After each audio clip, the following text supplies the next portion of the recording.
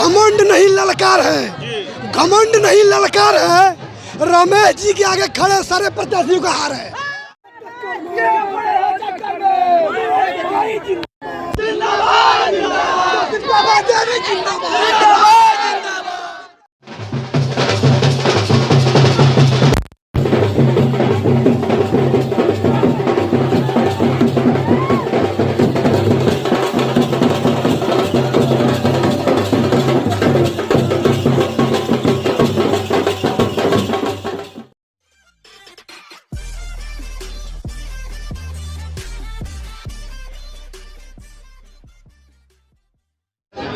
नमस्कार प्रणाम, हम सत्यम रउआ देख रहा बनी फर्स्ट भोजपुरी न्यूज।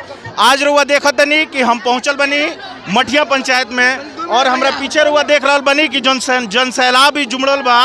आज एजा पहुँचे के कारण बा कि एजा आज नॉमिनेशन होखे वाला बटे शशि प्रभा जी के, तो हम वहाँ से जाने की कोशिश करें कि वहाँ के नॉमिनेशन करे जातनी तो वहाँ के कितना खुशी बटे, क्या सोच के वहाँ के चुनाव लड़तनी। तो सबसे पहले राहुल बहुत बहुत स्वागत। मैं पंचायत वासियों को नमस्कार करती हूँ और बड़े बुजुर्गों को भी नमस्कार करती हूँ। का सोच के आज चुनाव में रुआ पर्चा दाखिला करे जाता नहीं तो का बने पंचायत की तरफ का योजना बनौले बनी? पंच की सेवा करना चाहती हूँ। जी जी। तो हमारा पीछे अभी बहुत सारा भीड़ बटे, हम और लोग से भी जाने के कोशिश करें कि जैसे हमारे साथे बनी रमेश जी बनी और लोग भी बा, तो यहाँ से भी जाने की कोशिश करें कि रुआ पंचायती चुनाव में जुड़ल बनी तो का सोच के जुड़ल बनी। पहले आपके चैनल के माध्यम से पूरा जनता जनार्दन के प्रणाम बा, नमस्कार बा। ये पंचायत में उठे के मन मकसद बा कि हमने कहे कि ये क्षेत्र के विकास, ये क्षेत्र के अगर कहीं विकासो भइल बा तो बहुत सीमित क्षेत्र तक विकास भइल बा। हमने के पूरा पंचायत के एगो सुंदर पंचायत बनावे के हमने के प्रयास बा। रुआ आज पर्चा दाखिला करे जाता नहीं तो रुआ कैसन महसूस करता नहीं? हम बहुत गर्मान्वित महसूस करता नहीं।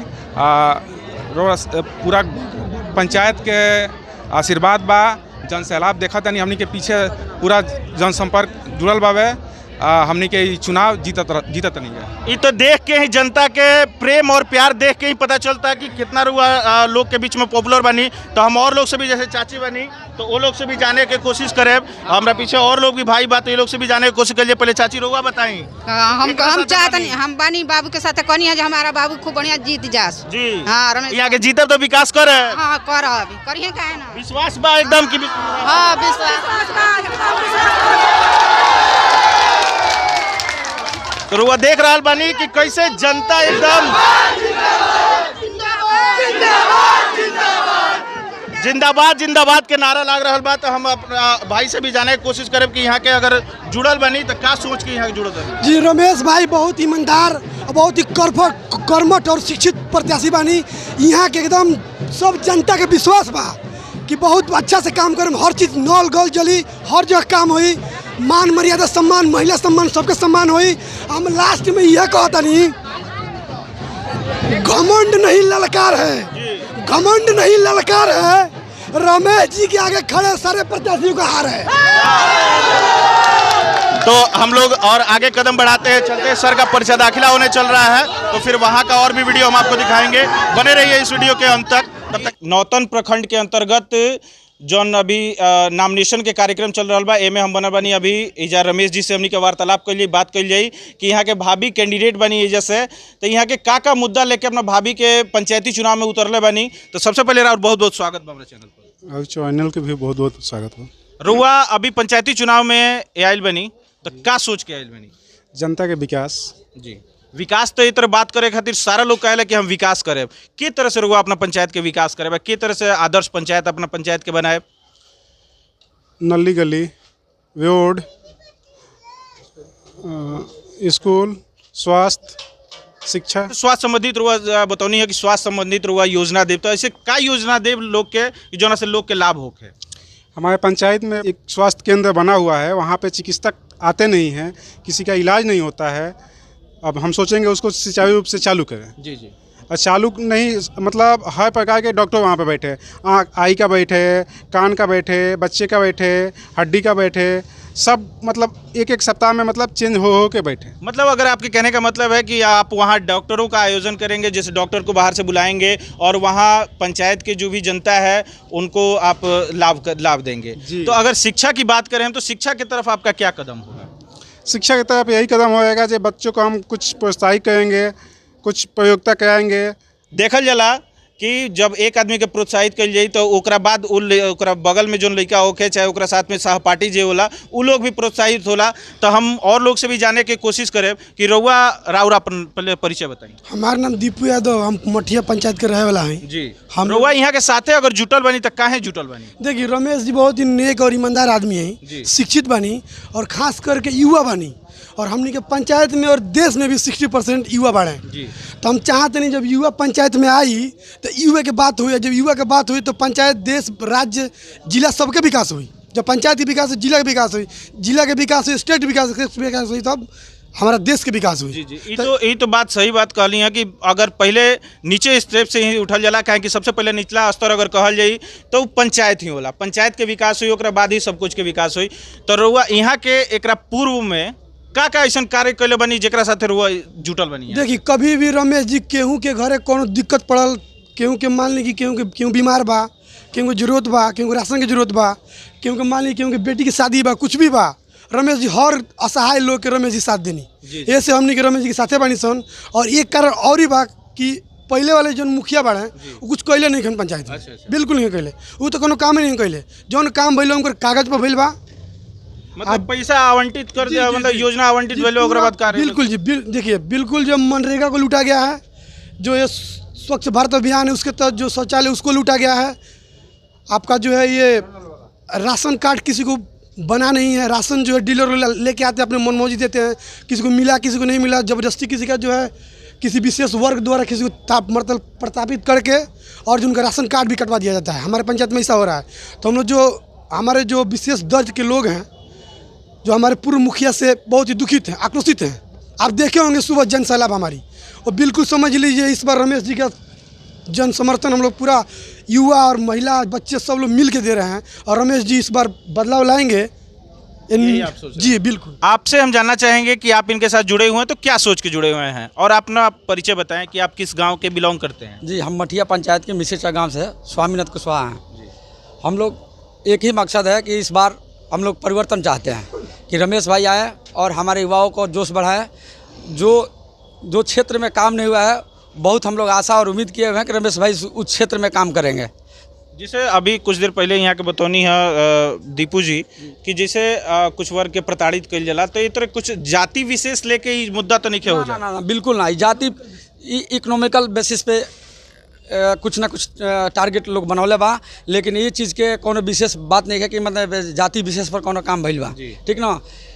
हमने के ये चाहते हैं रमेश भाई आवस और सबके एक समान देख के मठिया पंचायत के विकास होके। ये तो बहुत बढ़िया बटे कि विकास खातिर विकास के मुद्दा ही अभी देखल जाता है कि बहुत सारा ऐसा प्रत्याशी बड़े जो चुनाव आवते वो लोग मतलब झड़ी लगा देला लोग। अगर कहल जाओ तो पुल एगो कहल जाओ, अगर पहाड़ कहल जाओ तो भी कम पड़ जाए, काहे कि वो लोग जो योजना के लाभ देवे का बात कर लो कि हई लाभ दे दे, वो लाभ दे दे, हई पर अथी करे। तो ए तरह के यहाँ के साथ बा कि ना? यहाँ के संग ही बा कि यहाँ के हर आदमी के, वो छोट होके बड़ होके, गरीब होके, चाहे वो अमीर होके, अगर ओकरा तो कोनो तरह के दिक्कत परेशानी आवता तो यहाँ के वो अगर याद करता तो यहाँ के जाके ओके जौना तरह से सहयोग करे के बनता। अगर ओके कुछ पैसा से भी प्रॉब्लम बा, पैसा ओके अगर नहीं के अस्पताल में बीमार बा, तो यहाँ के सक्षम बानी के ओके सहयोग करके इना की लालच दे के सहयोग के रूप में दवा के इलाज करती। तो यहाँ का करे नहीं। यहाँ तक यहाँ के हमारे संगे भी गई बनी, ऐसा अवस्था में हम गई बनी संगे, देखले बनी कि वो आदमी अस्पताल में भर्ती बा, ओके ऐसा समस्या से जूझ रहा बा कि ओके अपने आप के इलाज करवा के सक्षम नहीं है, कुछ कम पड़ता कुछ, तो यहाँ के वो एगो सहयोग के राशि में ओके दान के रूप में करे नहीं। आज जे भी मान ली कि यहाँ के आयम तो हमें आशा नहीं कि पूरा विश्वास बा, 100% विश्वास बा कि यहाँ के आयम तो नवजुवक के संग कदम से कदम मिला के चले।